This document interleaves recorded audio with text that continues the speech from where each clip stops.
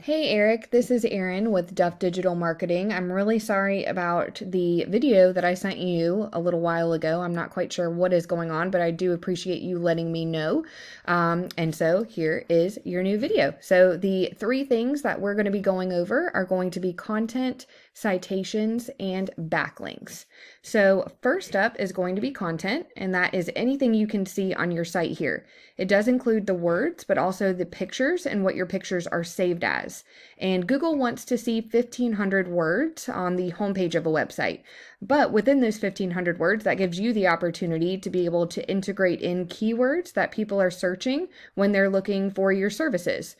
So my suggestion with your website would be to put some more content on there. I obviously can't see what your pictures are saved as, but unless your pictures are optimized and saved as keywords for the file name, you would definitely want to get some more content on your site. But again, that really gives you more of a chance to be able to integrate in those keywords, and that truly helps out a tremendous amount when you're trying to get ranked on Google. So next we will talk about citations, and I just did a quick search, and this is typically the first thing you'll see when you get your search results. This is called the map pack, and citations have a lot to do with that. So a citation is basically your business name, address, and phone number listed in various directories throughout the web. And when I say directory, I really mean things like Facebook, LinkedIn, Yelp, Yellow Pages, and really anywhere else that will allow a business to enter those details. So you would want to check out where your competition is being listed, and you want to grab those listings for your business. But then you want to double, triple, quadruple where you're found. So for instance, if your top competitor has 10 directory listings, you want to grab those 10 and then you want to add another 20, 30, 40. That's going to have you totally dominating them in that space, but it also helps you to rank high on the maps here.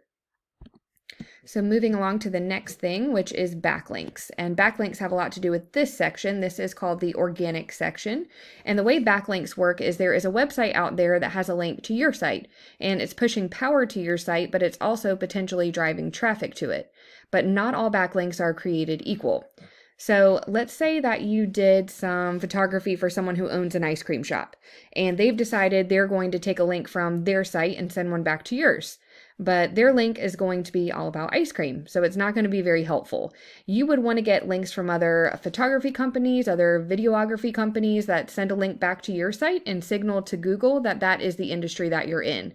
That's going to be a lot more unique, but also more powerful in Google's eyes because it is relevant to your industry. And this is one of the tools that I use here just so I can give you a visual representation. So currently it's showing your site has 8 referring domains, which are giving it 55 backlinks, but you're not getting found for any keywords and none of that's driving any traffic towards your site. And now here is one of the competitors, and it's showing they have 692 referring domains, which are giving them 4.31 thousand backlinks, getting them found for 25.5 thousand keywords, and that all is driving 13.4 thousand people to their site just per month. So let's see if we can take a look at the keywords that they are using so I can kind of give you an idea here of what we would be looking for. So, and we're really looking for buyer intent keywords.